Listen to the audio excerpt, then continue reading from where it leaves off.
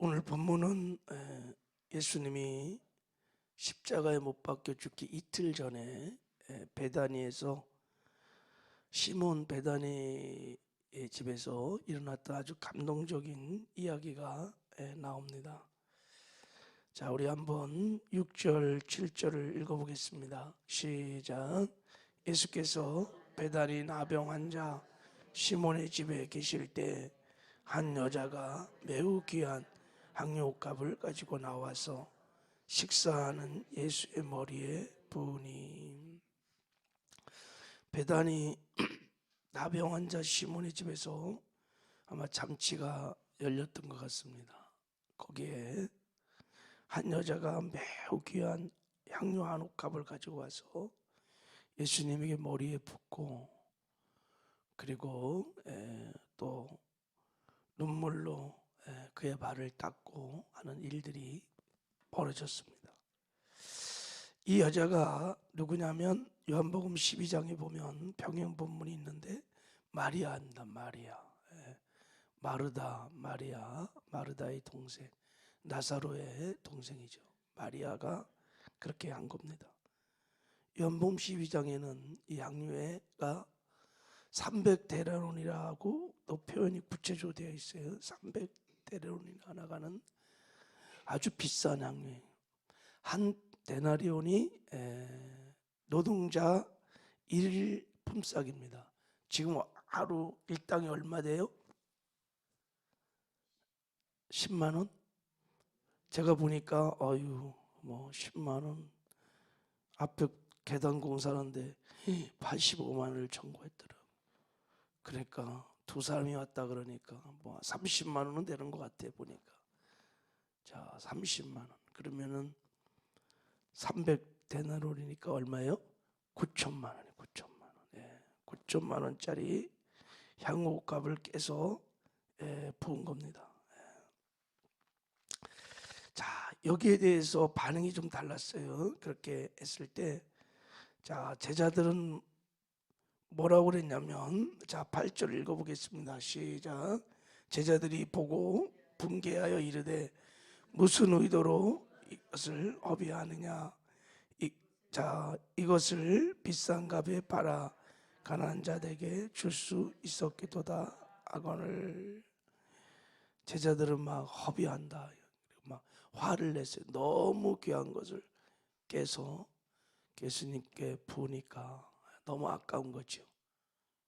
근데 예수님의 반응은 좀 달랐습니다. 예수님은 이렇게 말씀하셨습니다. 10절 시작. 예수께서 아시고 그들에게 이르시되 너희가 어찌하여 이 여자를 괴롭게 하느냐. 그가 내게 좋은 일을 하였느니라. 왜 그 여인을 괴롭게 하느냐. 그가 나에게 무엇을 했다고요? 좋은 일을 했느니라. 나의 기쁨이었느니라. 나에게 너무 큰 감동을, 나에게 좋은 일을 하였느니라. 그 좋은 일이 뭐냐면 자, 12절을 읽겠습니다. 시작. 이 여자가 내 몸에 향유를 부은 것은 내 장래를 위하여 함이니라. 인류의 구원을 이루어가는 주님의 대속의 죽음을 예비했다는 거예요. 대속의 죽음을, 그 임종을 이 여인이 준비했다는 거예요. 유대인들은 시체에 기름을 바르는 유대법이 있어요. 장례법이. 그래서 이 여인이 이것을 알고 예수님에게 기름을 부었다는 거예요. 그 어마어마한 구속의 역사에 누군가는 예수님의 임종을 준비해야 되는데 이 여인이 그 일을 했다는 거예요. 너무 귀한 일을 했다고 예수님이 감동을 받았어요. 여러분, 이 마리아가 어떻게 예수님의 죽음을 알았을까?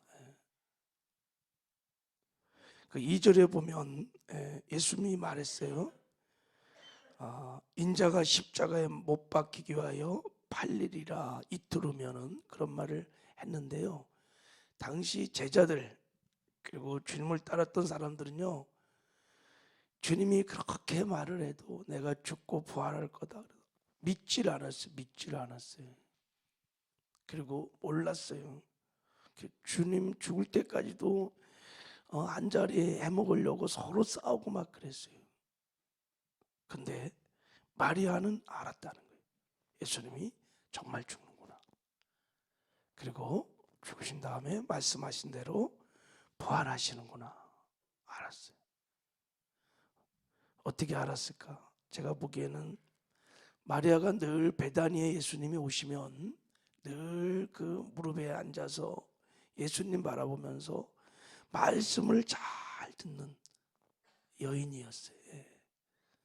예수님과 아마 인격적인 친밀한 교제가 있었을 겁니다. 아주 깊이 주님을 사랑하고 주님과 교제가 있었어요.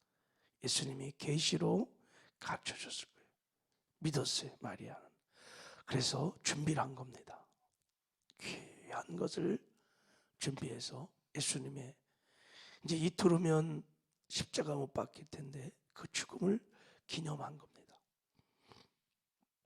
지금도 주님과 친밀한 교제를 나누고 주의 임재 안에 영광 안에 깊이 들어가면 하나님의 일하심이 보여요. 하나님의 역사하심이 보입니다. 하나님이 귀한 비밀들을 사랑하는 제자에게 가르쳐 주십니다. 가르쳐 주세요. 왜 가르쳐 주실까요?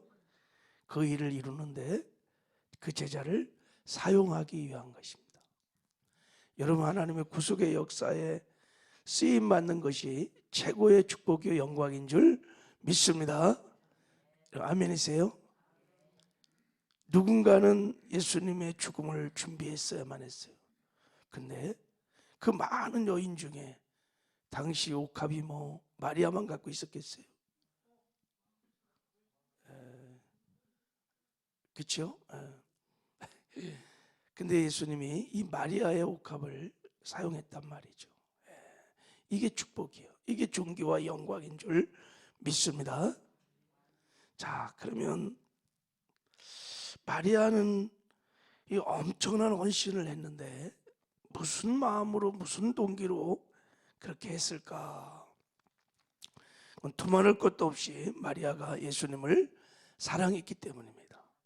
할렐루야. 마리아는 유독 예수님께 사랑을 많이 받았어요. 은혜를 많이 받고 그리고 예수님과 친밀한 교제를 나눴던 여인입니다. 그래서 예수님을 사랑해서 그 향유 옥합을 깨뜨려서 예수님께 부은 거예요. 제가 보기에 향유 옥합이 더 있었다면 천개고 만개고 다 드렸을 겁니다. 다 마리아는 옥합을 깨서 드렸을 것입니다. 제자들은 이런 마리아 행동을 허비다, 낭비다 이렇게 말했어요. 낭비다. 여러분, 우리가 허비, 낭비라고 말할 때는 어떨 때 말하냐면 아주 쓸데없을 가치가 없는 데다가 막 엄청난 투자를 한다거나 막 이러면 허비라 그러잖아요. 그죠? 그냥 1, 2만 원에 살 물건을 한 1,000만 원 주고 샀다. 그럼 이게 허비고 낭비인 거예요. 그러니까 제자들에게 있어서 예수님은 300데나리온 그 가치가 없는 거예요, 사실은. 제자들에게 있어서는.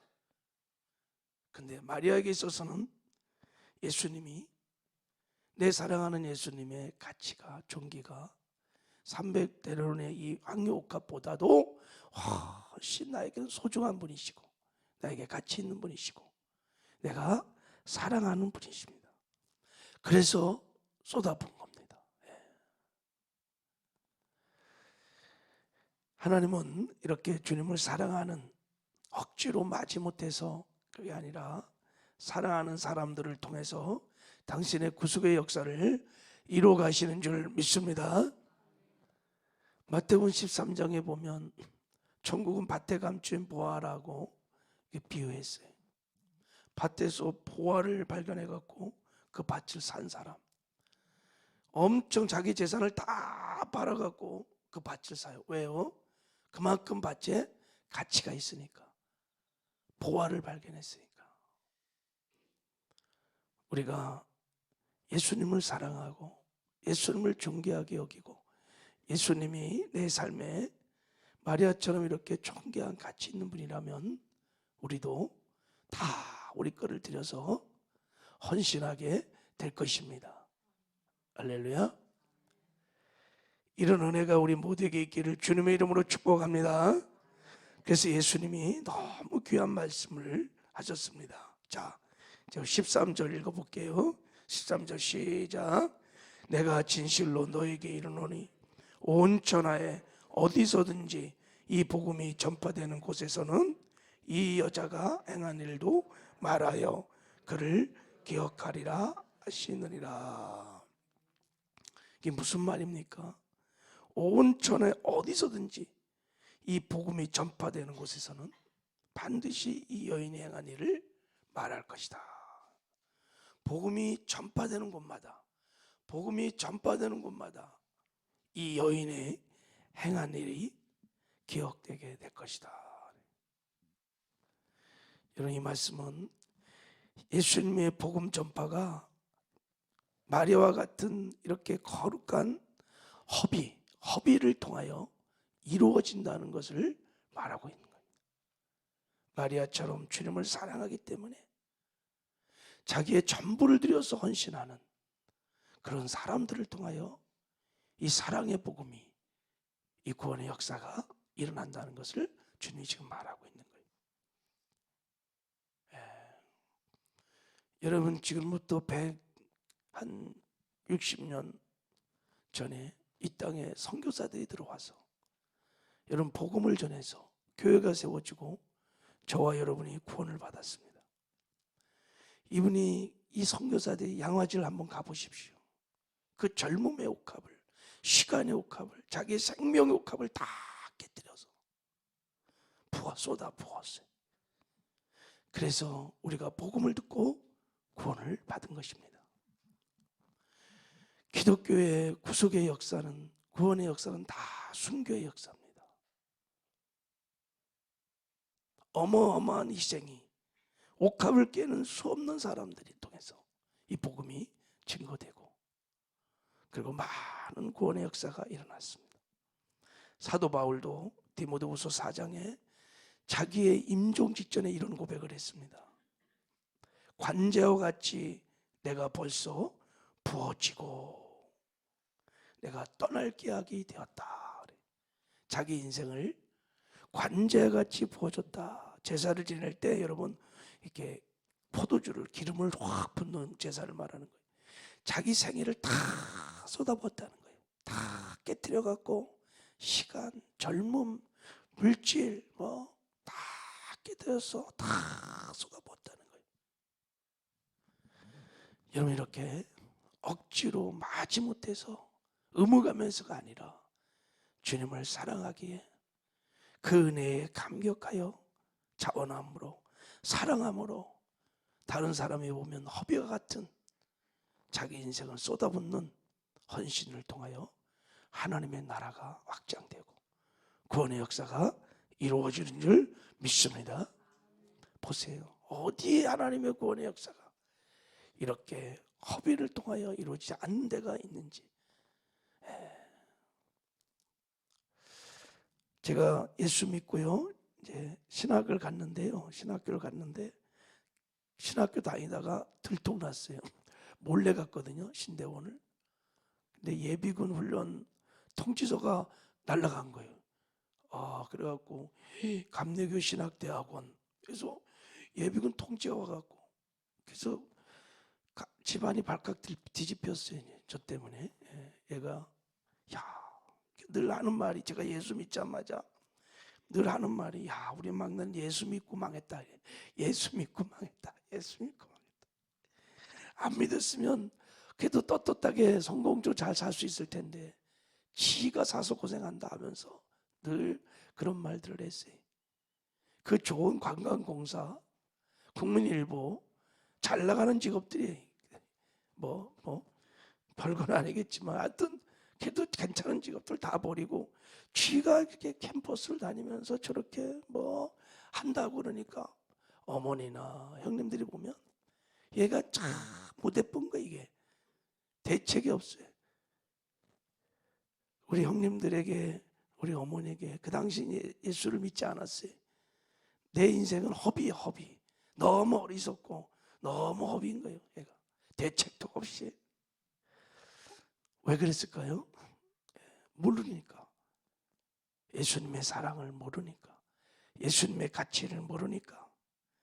나는 내 전부를 다 드려서 그렇게 섬겨도 다함이 없는 그 예수님을 모르니까. 똑같아. 지금도 똑같아요. 앞으로도 여러분 예수님 다시 오실 길을 준비하는 거룩한 신부된 교회들, 하나님께 쓰임받는 사람들은 마리아처럼 이렇게 주님을 사랑하게, 누가 뭐 시켜서가 아니라 자기의 옥합을 깨는 이런 사람을 통해서 구속의 역사가 일어날 것이고 예수님이 다시 오실 길이 예비될 줄 믿습니다. 우리도 그렇게 쓰임받는 저와 여러분 되기를 주님의 이름으로 축복합니다.